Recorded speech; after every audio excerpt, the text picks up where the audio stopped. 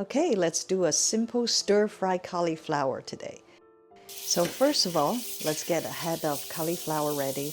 Now you want to put a little salt in the water and soak it a little bit, then break this cauliflower to smaller pieces. And if you want to use a knife, cut it through the crown side towards the stem side to be safe. So drain the water, let it set aside. Now let's wash some Thai pepper and jalapeno. And also let's get some garlic and green onion ready. Now if you don't have the giant green onion, you can use the regular green onion. That's fine. Wash this thoroughly. For ginger, you want to make sure after you wash it, you want to peel it. Sometimes there's some brown spot inside. You don't want to eat that.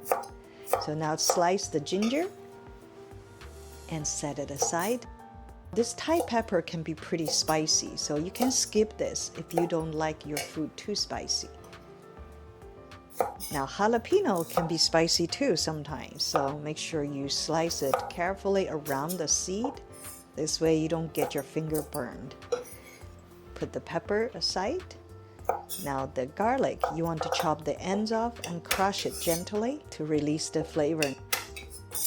Now you want to rinse the garlic in cold water, just slightly. This way you can get rid of some bitter taste, and also when you fry that, it won't get burned.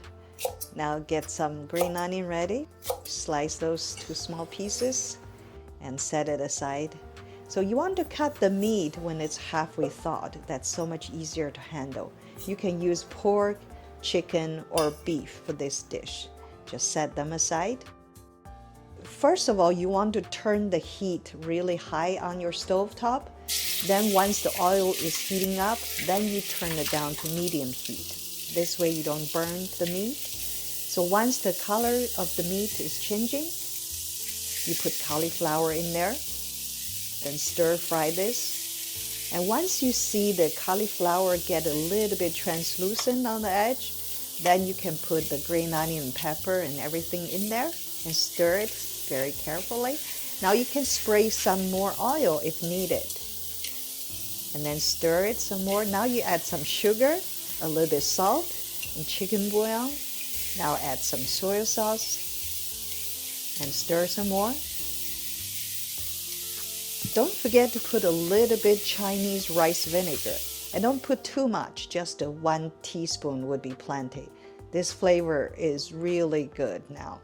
Now, believe it or not, here's your stir-fry cauliflower.